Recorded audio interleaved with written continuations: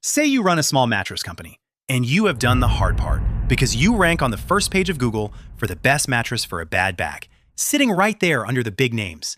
So you open Google, you type that same question in, and you wait for the AI answer that now sits at the very top of the page above the normal blue links. It writes a tidy little paragraph, names 3 mattresses a buyer should look at, and links all 3 right there. And you are not one of them. Same Google you already ranked on, the same question you already win, and its own AI talks straight past you to the brands sitting above and below you in that list. So today, I want to walk through why that happens, because Google's AI plays by rules that look like normal search in one way and nothing like it in another. And once you can see the gap, there is a short, doable list of things you can do about it. Here's the one idea to understand first, and everything else hangs off it. Google's AI, the one they call Gemini, does not answer you out of some private memory of the web it built in advance. It runs a Google search in the background the moment you ask, grabs a handful of the pages that come back, reads them, and writes its answer out of those.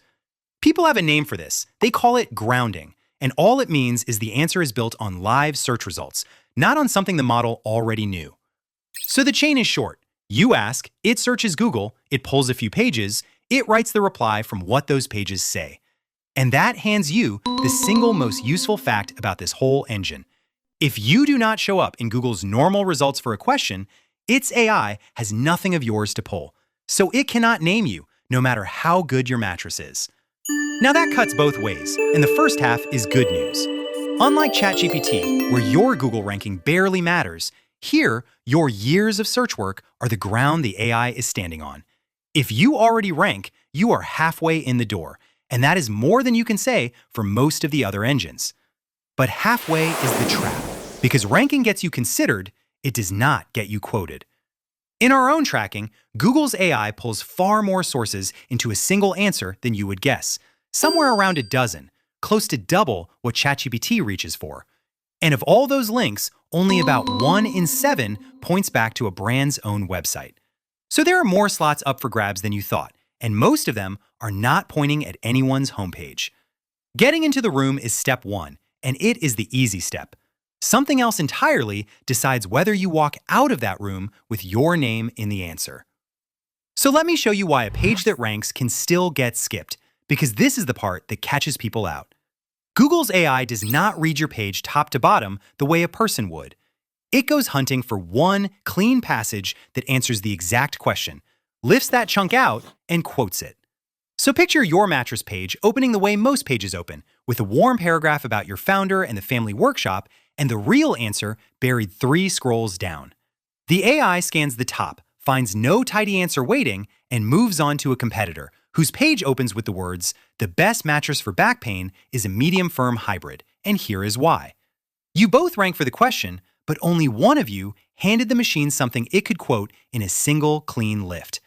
Your ranking got the page read, the competitor's structure got the competitor named, which points straight at the first thing you can fix this week, and it costs nothing but a rewrite. Go to the pages that matter and put the answer first.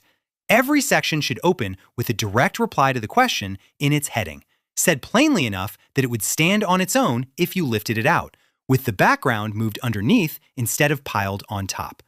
Short paragraphs, 2 or 3 sentences, real numbers, actual product names. You are not writing for a human who skims anymore. You are writing for a machine that grabs the cleanest, self-contained answer it can find and quotes that one.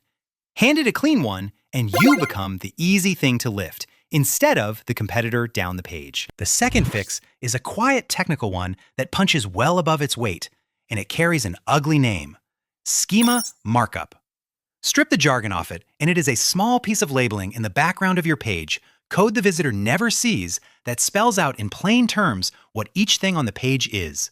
This block is a product. Here is its price. This block is a list of common questions and their answers. It hands Google's AI a clean map of your page instead of leaving it to guess from the words alone.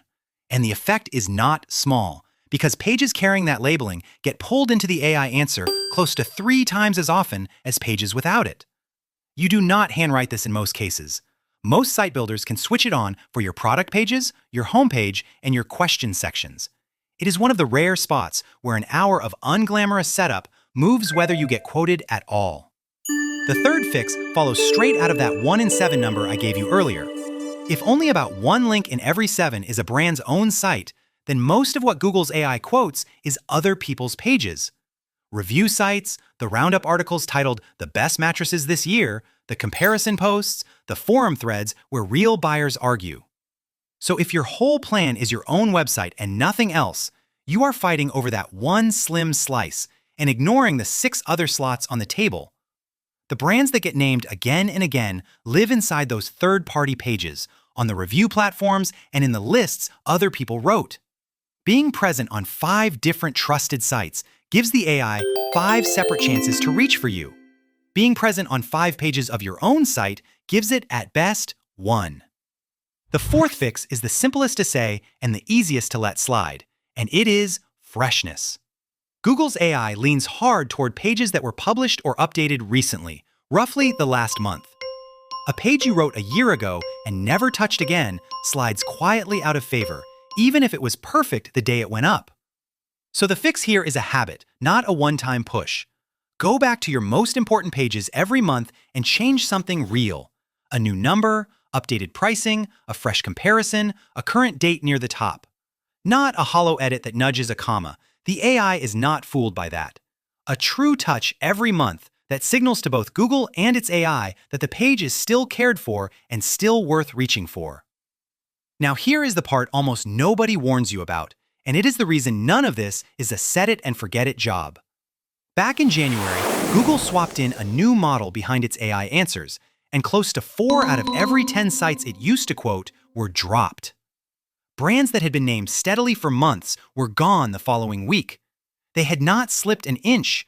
The engine itself reshuffled which sources it trusted, and the ground moved under them while they stood still. So a spot in Google's AI is not a trophy you win once and set on a shelf. It is a position that can be handed to someone else the next time the model updates, on a schedule nobody sends you.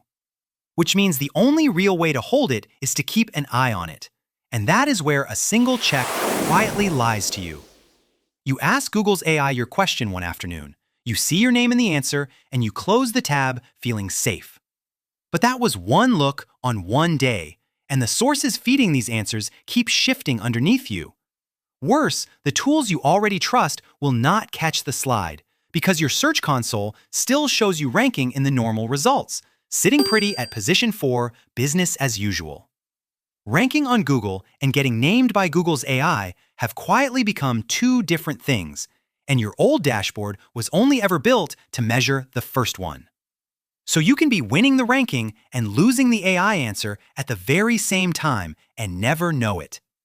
The one report you check every morning was never designed to see the thing that is now costing you the customer. So here is something you can do this week by hand for nothing to find your own gaps. Take the one question a real buyer would type to find a business like yours and first confirm you rank for it in Google's normal results. Because remember, if you do not, the AI has nothing of yours to pull. Then ask Google's AI that same question and read the answer closely. Did it name you? Did it hand you a real link? And, as important, which pages did it pull to build the reply?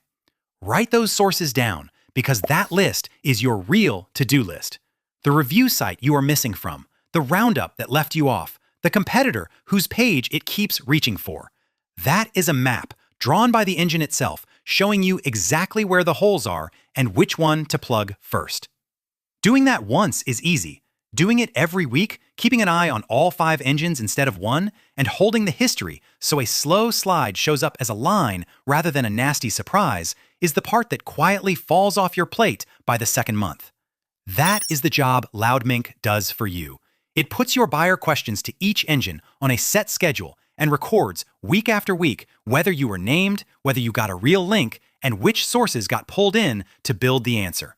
So a reshuffle like the one in January stops being a shock you notice months late and becomes a line on a chart you can watch move. You would see Google's AI cooling on you while it was still early enough to do something about it. By hand or automated, the answer keeps moving. So you rank first, fix your pages, get onto other people's sites, and never stop watching. So if you take one thing from all this, Let it be that showing up in Google's AI is no longer the same thing as ranking on Google. Ranking gets you into the pool it pulls from, and that is the ticket in. But the naming goes to the pages that are cleanly structured, clearly labeled, backed up on other people's sites, and kept fresh. Do those four, and you stop being the brand that ranks and gets skipped, and start being the one it reaches for. And if you want to see whether Google's AI is naming you right now, today, across all 5 engines, you can run a free scan over at loudmink.ai and find out exactly where you stand. Thanks for watching, and I will see you in the next one.